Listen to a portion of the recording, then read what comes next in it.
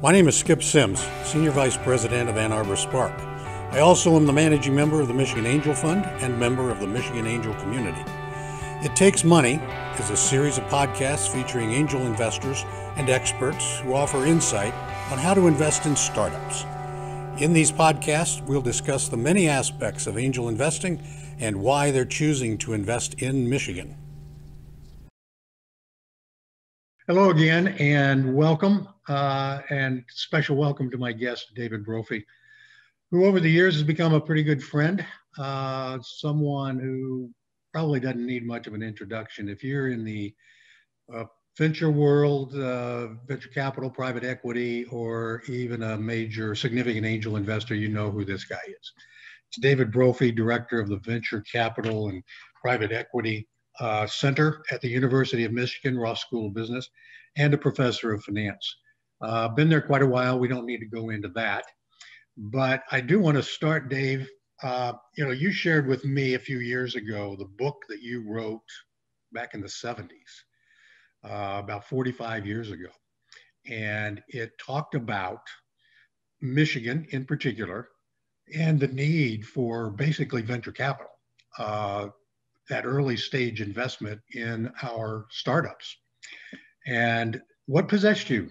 Let's start there. What possessed you to write that book? And then I'd like you to talk about what's transpired in the past 45 years. Is the book any different today than it was 45 years ago?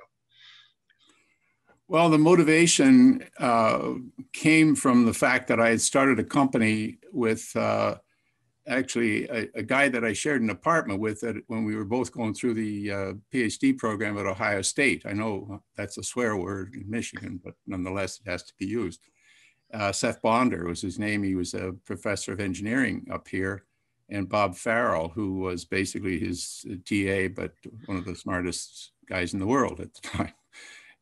We had started a company called Vector Research, which now has morphed into one of the companies in town because of a sale ultimately. So I had done that, and I had people asking me, how'd you raise the money? What'd you do, et cetera, because it seemed to be a mini mystery. And I had then gotten interested. I was running the banking school here at the time at Michigan, but I got interested in this issue because we could see, at least I thought I could see, the demise of the auto industry as we had known it. It hasn't gone away totally, but it's morphed in shape and so on and so forth. And whereas it used to be the dominant source of employment and so on in Michigan, it was receding in that sense.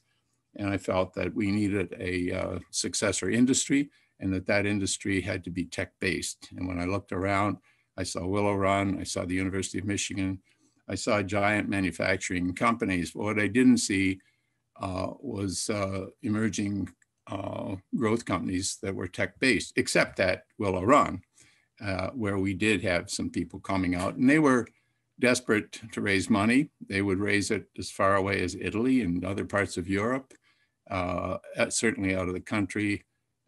Very few of them raising money in Michigan. People had a kind of a preference for big companies. Most of them, if whatever wealth they had came tumbling down from the history of Michigan, from the fur trade to the copper industry to the chopping down of every white pine in the state, down to the automotive industry. And so the idea of entrepreneurship and new companies was honored in the breach. I wrote this book. I got a call from the Institute of Science and Technology one day from Don Smith. And he said, look, how would you like to take a leave and address the question, why do we have so many startups in Michigan?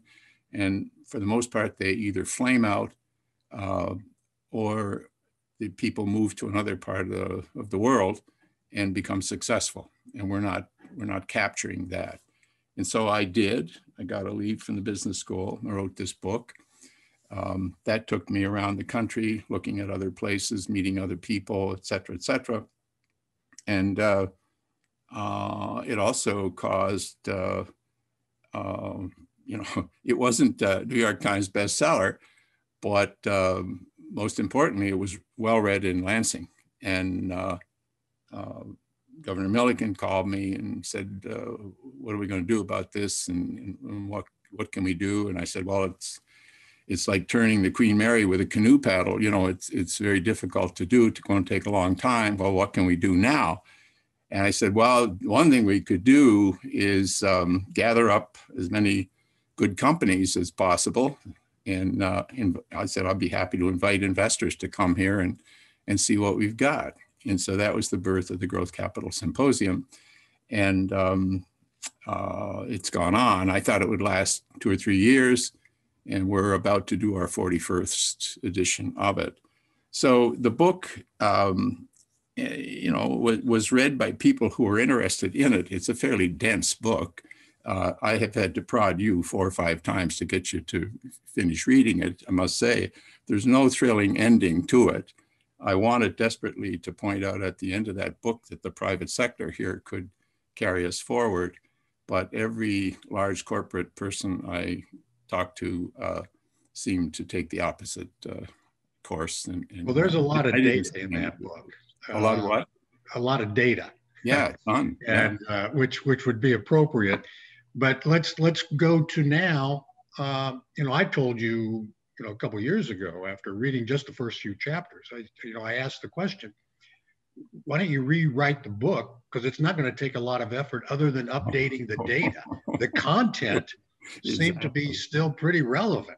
Yeah, absolutely. The one memory I have, you talk about angels.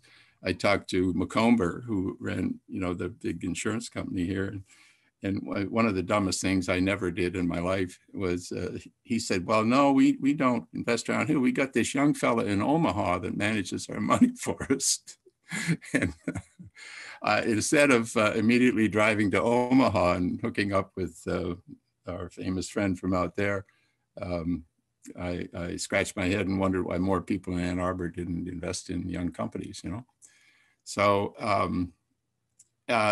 you're right. We've come a long way, and I often say we're in danger of dislocating our shoulder from patting ourselves on the back for how well we're doing. And what we seem to forget is that everybody else on God's green earth is trying to do the same thing, because the idea of tech-based startups and tech-based industry is certainly rampant, and everybody wants to do it in this country and other countries everywhere. In fact, your partner now may well be in Singapore or you know, Beirut or who knows where. Quite different from 1974 when I wrote the book, with all the difficulties of communication at that point. So we do have a lot of excitement around this. We have some significant problems. Every spring, we have a rush to the border from after graduation. It's like lemmings or whatever. We have difficulty keeping good people here. We've been successful from a lot of things. Sam Zell has put a lot of money into Zell-Lurie, and we have some great success stories coming out of Zell-Lurie. We've got Spark. We've got other kinds of activities going on. We got the engineering school. We got Tech Transfer, who's hitting the ball out of the park now. There's no question we're way better off than we were in 1974. 1974, there was Tech Transfer consisted of a lawyer hired for half a day in the university to look at patents. It also was the heyday of conflict of interest. There were 3 people that I know who were fired from this university. One professor with 100 patents fired for conflict of interest, finished his career at another university in the state of Michigan. We almost didn't want to do it. The only way we got Willow Run sold, for example, I got from one of our presidents, who will go unnamed at the moment, was by changing the name to the Environmental Research Institute of Michigan, because the state of Michigan didn't want to fund the payables of Willow Run and wanted no way to touch what they considered a toxic situation because the students and faculty didn't want Will run because they were helping the Vietnam War, whatever. So anyway, it's been a tortured route. And, today we have the auto companies that have that are peeking at the light, if not seeing the light, and are getting into the small company finance business, but mostly because they want to sell cars and so on. That's not a bad motivation, but it isn't what we'd like to see. And it has been for some time the truth that you had to go to either coast to get your money, which is difficult because in my journeys to both places, the big question I've always been asked is what's coming out of Michigan? And, you're pretty much stumped for an answer over most of that period.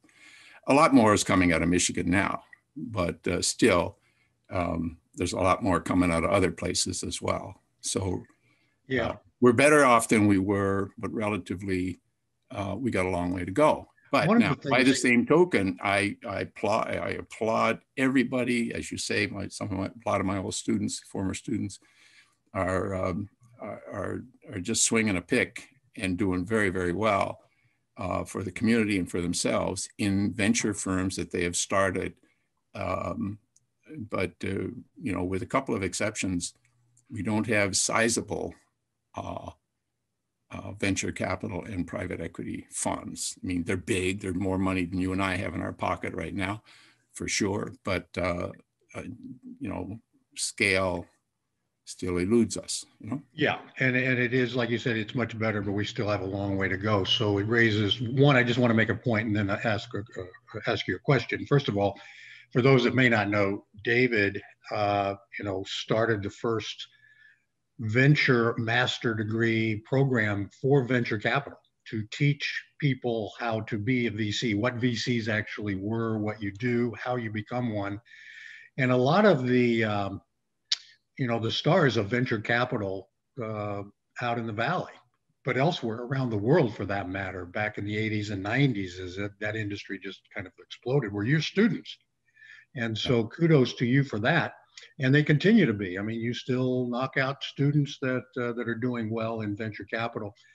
But can you tell us, just talk a little bit about, the relationship between angels and VCs, the importance, and you were starting to go there, and that is if I were a legislator right now in the state of Michigan in Lansing, what would you tell me needs to happen? Well, I think that the fundamental thing is we need to really, really support our science and technology. Some of these things, are not nice to say, and I understand why people would rebel against it or whatever. But our college-trained population over the years has ranked right down there with some of the states in the South that we don't like to be compared to. Because over the years, your daddy would, if you wanted to go to Michigan State or Michigan or someplace like that, he'd say, look, son, come on down. I'll get you a good job with one of the car companies because your uncles, your aunts, your grandparents, and so on always worked with those companies. And it was a high-paying job. It was a great job. And as a result, many people did not go to university. And there's nothing wrong with that because, for a long time, Michigan led the league in every dimension of economics that you could mention, that you could think about. But when knowledge-based industry came along and became the game of the day, so to speak, people with tacit knowledge of manufacturing and making stuff found themselves at a disadvantage. It might be unfair and all that sort of stuff. But if you look at the last 40 years, something like that, most of the positive economic data is driven by tech-based stuff, and the people who have done the best are people with technical training, technology-based training. And that goes, like you see the business schools now, all over analytics and whatever. So just about every aspect of education has become quantitative, has become tech-based, et cetera, et cetera. And we fell way behind. So I don't know what we do about that in the short run, except that we have to do something about education and fostering things at our university. Our universities have to get off the dime too. I mean, Michigan has finally kind of seen the light, but the last 4 or 5 years of tech transfer are the best they've ever had. And, you know, we've been turning out geniuses by the score, you know, for many, many years, but we let them escape. We don't, you know, we have not been capturing the value that they've been created until now. And we're now doing it, but we're on Heartbreak Hill of the Boston Marathon, you know, and we got a long way to go. Well, one of the programs, and you alluded to it earlier, that you started, another thing you started, the Michigan Growth Capital Symposium, has contributed to that, has helped move the ecosystem forward, and primarily by just exposing startups, founders, CEOs to that are doing startups, expose them to the investment community, not just in Michigan, but around the country and around the world. So Pat, go ahead. I give you permission. You can pat yourself on the back and tell us about the MGCS, how that got started, and why you think it's still going 40 years later. Well, I think it kind of started, the idea kind of started with the call from Governor Milliken. But then the book is a small list of readers, as you might know, but one of them was Ted Doan. And Ted had just engaged a guy named Ian Bund, who you know very, very well. And according to Ian, Ted gave him the book and said, listen, this guy's really on the right track. Why don't you go down and see him? And so when Ian came down, Ian's a fairly combative fellow. And for about an hour, I didn't know whether we were going to have a knockdown, drag out or whatever, because what was happening was we started testing each other. I guess we've been best friends for a long, long time. But he had gone to a meeting in the West Coast where people would stand up around a kind of a breakfast table and present their deals. And so this seemed like a good approach here. And so Don Smith had been the stimulus for the book. And so I called Don Smith and said, look, here, let's throw a party here and invite some companies and we'll do it, and so on and so forth. So through Ian and Ted and Mike Stabler and other people in town, we were able to muster a crowd of investors that was basically the all-star team of the time. We had Bill Hambrecht and guys like that from the West Coast, and Stan Golder from Chicago, and guys from New York, and so on and so forth. They all came because in those days, Michigan was close to royalty, you know, as far as economics was concerned. So if it's in Michigan, it must be good. Well, they came here, and that kind of impelled people to pay attention to the symposium. Now, the trick with the symposium was we've done it every bloody year.